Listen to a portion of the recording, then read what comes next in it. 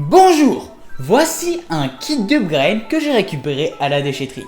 Et vous savez quoi? Dans cette vidéo, on va transformer cette carte mère et l'Intel Core i7 en deux monstres. Allez, venez avec moi, c'est parti.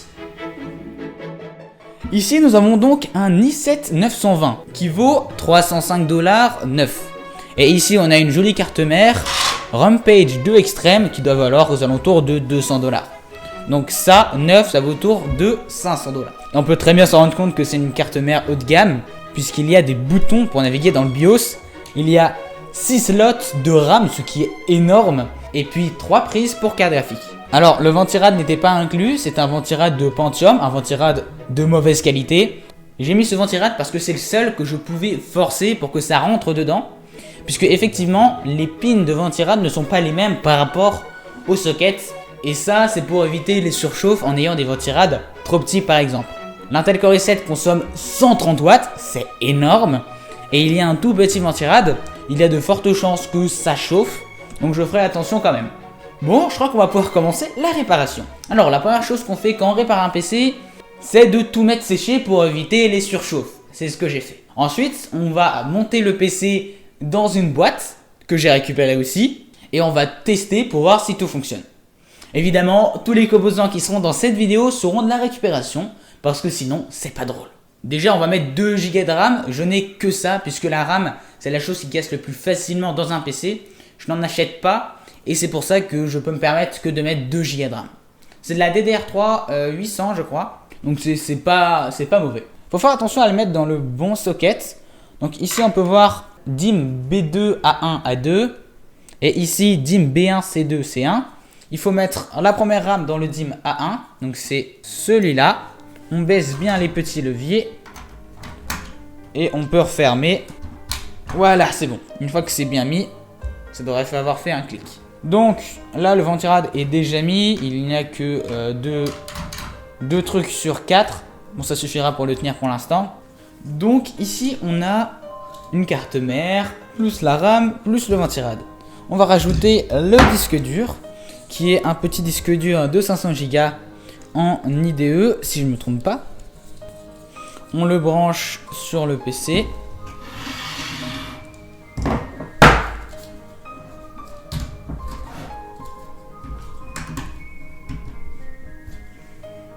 Et voilà. On va rajouter l'alimentation. C'est une plutôt bonne alimentation moyenne gamme. C'est rare d'en récupérer.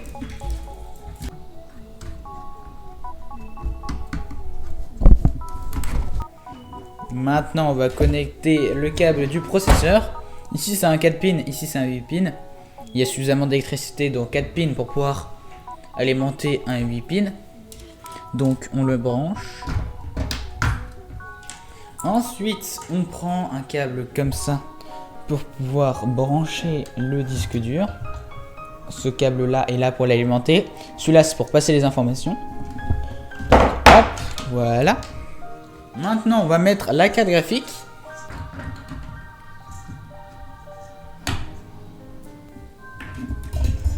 Et bien sûr on n'oublie pas de la connecter à l'alimentation.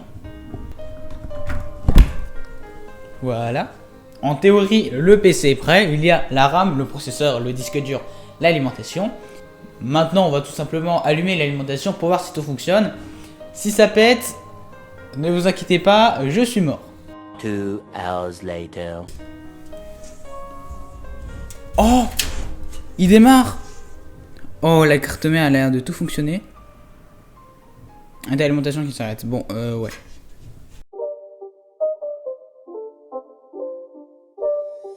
It's not a game, it's a rich thing.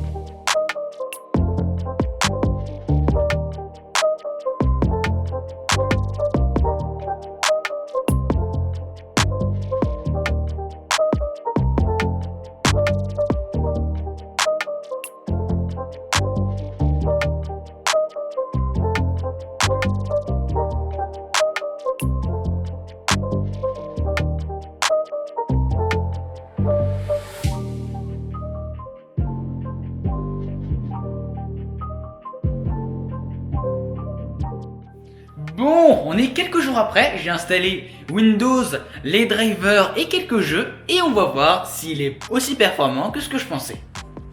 Déjà, on peut voir que au repos, il consomme 9%, c'est parce que le gestionnaire de tâches est lancé, mais habituellement, il consomme entre 1 et 6%, ce qui pour un PC est vraiment faible.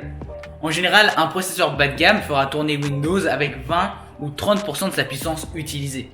On peut voir qu'il est très puissant au niveau du processeur. Bon, avec les 2 Go de RAM, ça passe, ça suffit pour Windows. Par contre, pour les jeux, c'est vraiment limite.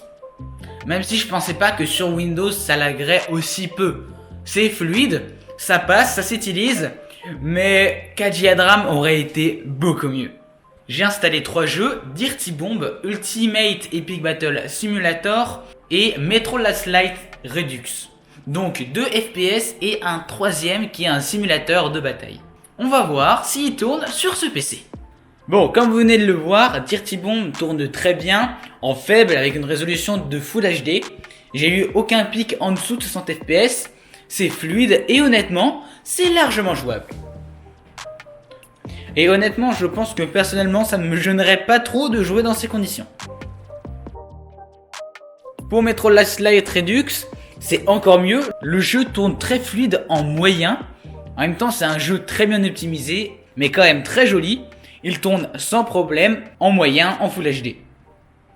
Je pense qu'on peut le faire tourner en ultra ou même en élevé si on passe la résolution en HD. Donc là encore, c'est très jouable, on est à 60 FPS avec quelques pointes à 40. On voit pas trop la différence. Bon, le point noir, c'est Ultimate Epic Battle Simulator, qui est un simulateur de bataille qui demande énormément de RAM pour pouvoir stocker tous les éléments. Donc évidemment, c'était sûr, le jeu a craché. J'ai mis 1 heure pour pouvoir lancer une bataille. Et puis au moment de lancer cette bataille, après le temps de chargement, le jeu a craché. C'est normal, il demande 8 Go en configuration minimale, ce qui est beaucoup et quand même une signe de mauvaise optimisation, mais c'est normal. Et donc avec 2 Go de RAM, il a fait pas les figures et il a craché. Donc si je résume, Dirty Bomb a tourné en faible sans aucun problème. Metro Last Light Redux a tourné en moyen sans beaucoup de problèmes encore une fois. Et Ultimate Epic Battle Simulator a craché. C'est normal, il demande 8 Go de RAM et ici il n'y en a que 2. D'ailleurs, chose drôle, on peut se rendre compte que sur ce PC tournent des jeux qui ont des configurations minimales en dessous de ce que possède le PC. Par exemple, Dirty Bomb demande 3 Go de RAM pour une configuration minimale. Il y en a 2 et pourtant ça tourne quand même. Ce qui prouve que les configurations minimales ont tendance à ne pas être exactement la vérité. Bon bah honnêtement, je suis content de ce PC. C'est un i7, il est très puissant. Le seul défaut c'est qu'il lui manque beaucoup de RAM. Par exemple pour avoir un PC gamer, je pense que 8 Go ce serait bien. Donc 4 fois ce qu'il y a déjà là. Il lui manque aussi une puissante carte graphique, puisque même si cette carte graphique est relativement puissante, elle ne l'est pas assez pour pouvoir faire tourner de gros jeux. Mais sinon, si on paye pour rajouter de la RAM, si on paye pour rajouter une meilleure carte graphique, je suis sûr qu'on peut faire tourner n'importe quel jeu. Bon, honnêtement, je suis plutôt content de moi, même si ce PC n'a pas de boîtier, c'est triste. Bon, honnêtement, c'était une bonne expérience. On peut voir que le PC est puissant, le processeur est très puissant. Évidemment, il manque juste de la RAM et de la carte graphique. Mais si on upgradait ça, je pense que ça pourrait faire un joli PC gamer. Pour comparaison, ce PC là, qui est mon PC personnel, est aussi puissant, même moins puissant, au niveau du processeur que cet i7. Ici, c'est un i7 de première génération. Ici, c'est un Ryzen de première génération aussi, mais le moins cher des Ryzen. Donc les deux sont aussi puissants. Bon, la différence, c'est qu'il y en a un qui consomme 130 watts et qui chauffe beaucoup. C'est énorme, 130 watts. Et de l'autre côté, on a un processeur qui consomme quasiment 2 fois moins et qui chauffe peu avec un très bon ventilo. Bref, salut à tous, rejoignez la chaîne Twitch. Il y a un live par semaine, ou alors rejoignez le serveur Discord, ça fait aussi plaisir. Ciao, salut à tous, c'est Zscreeny, salut.